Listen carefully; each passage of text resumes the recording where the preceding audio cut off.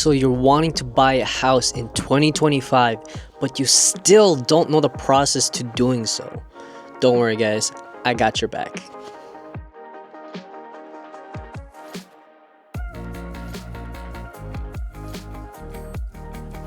What's up guys, my name is Damien and I'm a licensed real estate agent here out in the state of Washington, and I'm also a car enthusiast if you guys can't tell by now, and I'm also the owner and designer of Youth Culture Clothing.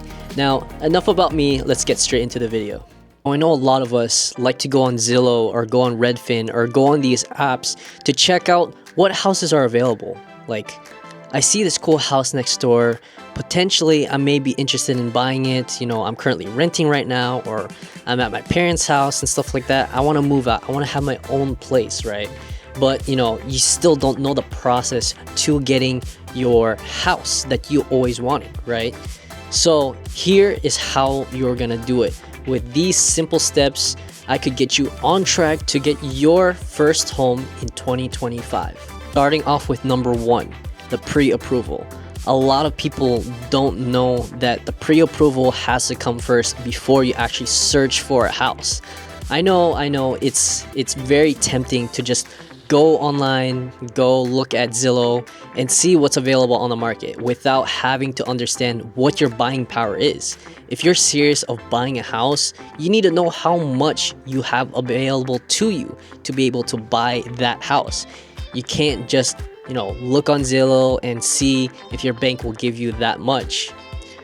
You're gonna be discouraged based on how much you can actually afford if you just keep on looking around these houses. So go to your bank or find a loan officer that specializes in home loans so you can figure out how much you are actually approved for. Don't get a pre-qualification. A pre-qualification only scratches the bare minimum of what you can possibly afford, right? So we want to make sure what steps we need to take for us to get our credit good, to get our finances straight, and see how much we could actually qualify for. This is the very first step before you decide to start searching for the house that you want that fits your range. This range is all dependent on your income, your debt to income ratio, and what other investments you have available to you, right? So do that first, and then you can find the house that is within your range, not up to here to where your price range is not even close to where you're looking at. So be realistic and don't start searching for a house without knowing how much you can afford. Number two, now that you got your pre-approval, the next step is very crucial. You don't want to mess this up, and listen very carefully, right? Do not spend a dime besides the normal expenses you have right now. Don't start buying furniture. Don't start buying a new car.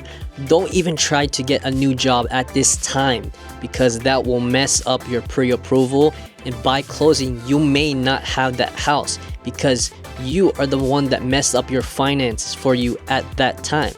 The reason why we tell you not to buy anything is to ensure that every single step is done carefully and everything is done perfectly by the time we come to closing.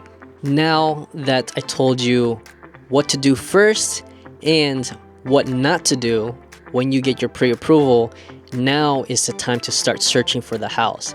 Now you know what you can afford, and be confident enough that you are within your budget.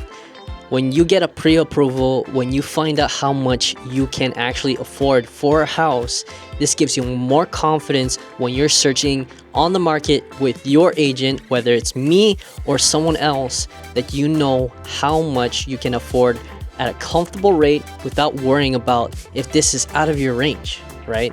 So take these 3 steps. Start with number 1 and go further down, and listen to what I told you about not spending a dime besides the normal expenses, right? Go crazy when you're doing your search. Go in-state, go out-of-state, however you plan to look for a house.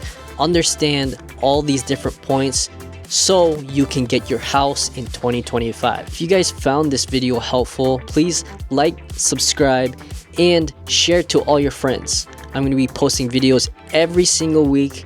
And comment down below, what do you want to know about real estate?